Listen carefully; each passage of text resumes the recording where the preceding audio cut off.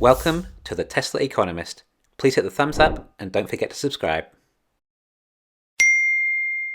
The media still talk about the competition coming, well, perhaps not quite as much as they used to, and certainly less of the Tesla killers coming. Well, either way, the supposed competition is more or less here now. This supposed competition were auto companies. Legacy autos that have been making internal combustion engines for over 100 years or so. These companies know what they're doing and know how to make cars. Or at least was the belief portrayed by the media. It was assumed that because these companies are good at making vehicles that take private passengers from A to B with internal combustion engines, then it should be assumed that they can make great vehicles, just as much so, only using batteries too. So this competition is here, yet Tesla's products have a longer waiting list than ever. And whenever we analyse anything about the legacy autos having any real chance of competing, you just can't ignore the fact that the incumbent automakers just can't get enough battery supplies. They do give us these numbers, like GM saying 1 million EVs by 2025 and investing $35 billion into EVs. But they will be offering 30 models, which is a lot more than Tesla. But only 1 million sales total, and by 2025. And then it probably won't be by that date either. And if they have to invest $35 billion into achieving just 1 million cars, then they clearly don't have the slightest clue as to what they are doing. That is an insane amount of money. It will also be very difficult to recoup back the investment, especially if these products that they're selling don't make any profit. Yeah, that's one of the major reasons why incumbent autos probably can't survive. Too many costs that are associated with their legacy systems that all suffer from heavy diseconomies of scale now. Ford is aiming for similar investments to GM of around $30 billion or so, and likely with a similar number of cars GM are aiming for too. In other words, GM and Ford, which are obviously likely increasing these investments for the potential tax credit too, will only have around 1 million EVs a year by 2025, if everything goes well for them. Tesla will not be far off 1 million in 2021, and the growth is exponential, especially with their 4680 batteries. Tesla would have possibly surpassed 5 million cars a year by then. And GM and Ford aim to be fully electric by 2030 and 2035, which means Tesla should be well above 20 million units by that stage. If half of those units were for the US, then Tesla would have over 50% share in total US auto sales. Anyway, my point is, it's going to be slow going for these auto companies due to the batteries, and it's going to be extra slow growing not being able to use the dry slurry technique or tabless battery cells. The dry slurry techniques saves a lot of time and expense and floor space in the battery factories, and it's better for the environment too. Of course, it saves in cost as well. And the tabless design means that the jelly roll it creates curls into a roll and can be cut off when the desired length has been reached, rather than having to start and stop the line each time if you're using tabs. The legacy autos are basically trying to catch up with Giga Nevada, except they haven't even reached the Model S level technology yet, let alone Model 3 or 4680s. Anyway, this is why GM and Ford are only going to produce around 1 million EVs by 2025, and there isn't really anything they can do to hasten that time. I mean, look how long it took Tesla to reach 1 million cars a year.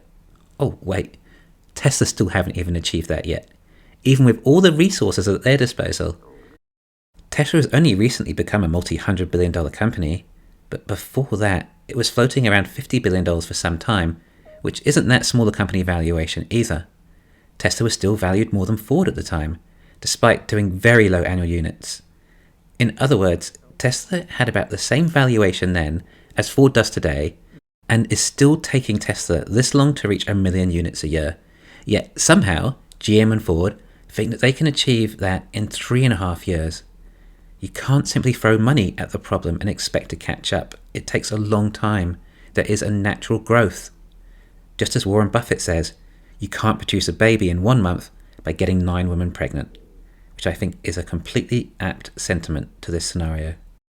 Okay, so Ford and GM are aiming to increase their rate of EP production at a much more rapid rate than Tesla did, and maybe they can. I mean, they already have tons of factories at the go, ready to produce. Yep, this is true. Except remember, it's about the batteries in the first place. Now, Tesla and Panasonic's Giga Nevada was still larger than these new GM and Ford factories.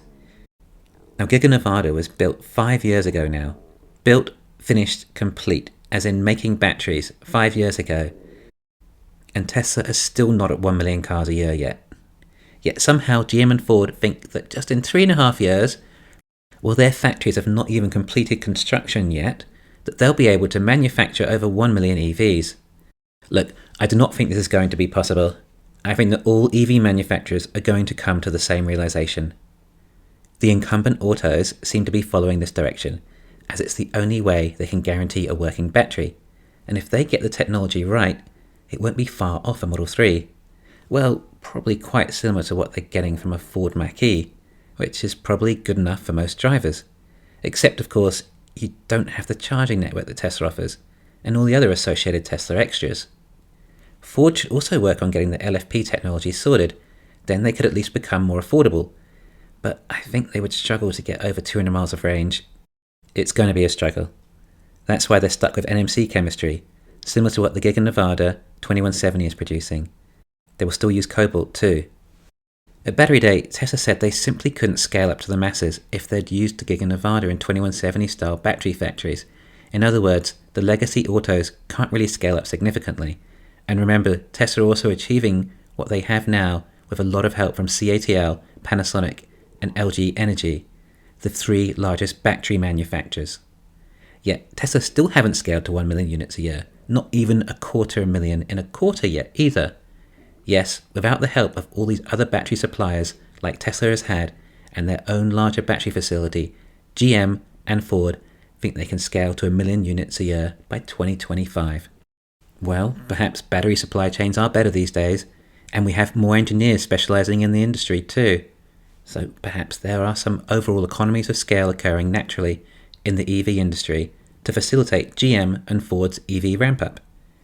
Equally, whatever resources are available have just gone into higher demand, implying that they may actually be harder and more expensive to get hold of, as suddenly every automaker is seeking the same resources. And of course, this is just production numbers. They would equally like to hope that there is enough demand for their EVs too. Unlike Tesla, the other auto companies do not sell every car they make. So even if Ford did reach a production level of 1 million EV units a year, that doesn't even guarantee that they will all sell. Okay, if they get this tax credit in the US, then I would say there is a good chance they will sell, as they'll be priced competitively against their ICE cars. Except that means they have cannibalized their ICE industry as a result. Oh, legacy autos, you sure are in a mess. I really struggle to find any hope for your survival. But at the same time, I'm happy for us all to move on. Your days surely look numbered. Thanks for listening. Please hit the thumbs up and subscribe. You can also follow me on Twitter and talk to me on Patreon.